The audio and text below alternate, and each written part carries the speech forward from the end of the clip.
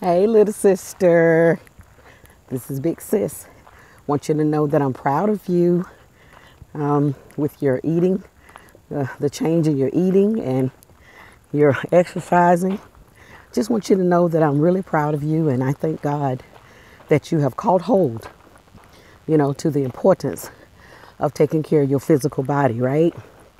So, anyways, I just wanted to send you that message and let you know that I'm happy for you, and I pray that you reach the goal that you have set for yourself. And watch and see, more people are going to catch hold. All it takes is for one to get started, and God will He will show Himself mightily. Amen. Positive effect. So doing something positive should make other believers want to catch hold to it and do something positive as well, because when I look back on how my body was and how out of shape I was, and my health was getting bad, and those are warning signs, people of God. Those are warning signs. If you know that you are 4 or 5 times bigger than what you were, say 10 years ago, 20 years ago, you know that that's not God's plan. He don't want us to be out of shape, overweight, nearing death, barely can breathe. Some of us, look in the mirror, as you're posting messages on Facebook and encouraging other people to be a better them. I'm talking to the preachers.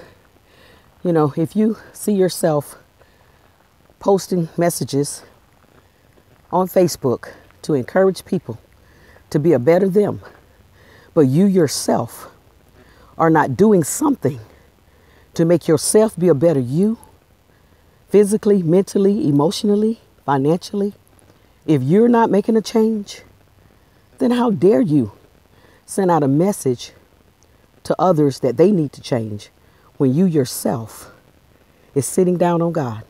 And I'm not talking about preaching the gospel, because we know a donkey can get a message out. I'm talking about your actions. What are you doing to show the people that you have faith, other than having services and setting up meetings and conferences and all of those things? What are you doing with your physical? How are you handling your time management? How are you acting on your job? What are you doing in, all around? That's what I'm talking about. My daughter began to push me. She said, "Mama, if you're going to be a preacher, I want you to be the best preacher that you can be." And she began to show me things in my life that I needed to change. Amen. And I took heed to what my daughter said to me. And guess what? She wasn't kicking the church doors down trying to get in there. But she saw the areas of my life that needed to change. And when she began to tell me, "Mama, when I see you change in certain areas in your life, it is then that I will be able to receive a message from you. It is then that I will be able to want to walk this walk." Amen. My own child told me that, and I listened to her. So I'm saying to you preachers out there today, don't ignore the messages, when God is speaking. It doesn't matter who it is that's bringing the message. Take heed to it. Like I said, if you're out there, you're overweight, you got diabetes, or your blood pressure's up, and, different things that's going on with you, and you're a preacher preaching the gospel, shame on you. Because I was there, but I refused to continue to stay there. Do something about it, people. Start exercising. Stop eating all that food that you know is no good for you. I couldn't tell you this message if I hadn't received it myself. I couldn't tell you this if I hadn't already started doing something about it myself. I'm saying this because we are a representation for God. We are the people that He chose to use to spread the gospel. So we need to have a better message for the people. Give them something to look forward to, because there's so many people that's stuck and struggling in their mind, don't know which way to go. Look around, people. You've been preaching for years, been at your church for years. Come on. But people are still bound. People are still struggling, because you got to change the approach. You got to change your message, you know, to get the people to understand. It's more to it in this walk with God than just knowing and learning how to preach and teach. It's way more to it than that. I got to a point that I said, God, now what? We done preached. We done shouted. We done cast out demons. Laid hands on the sick. Seen a few be healed. Went around the world.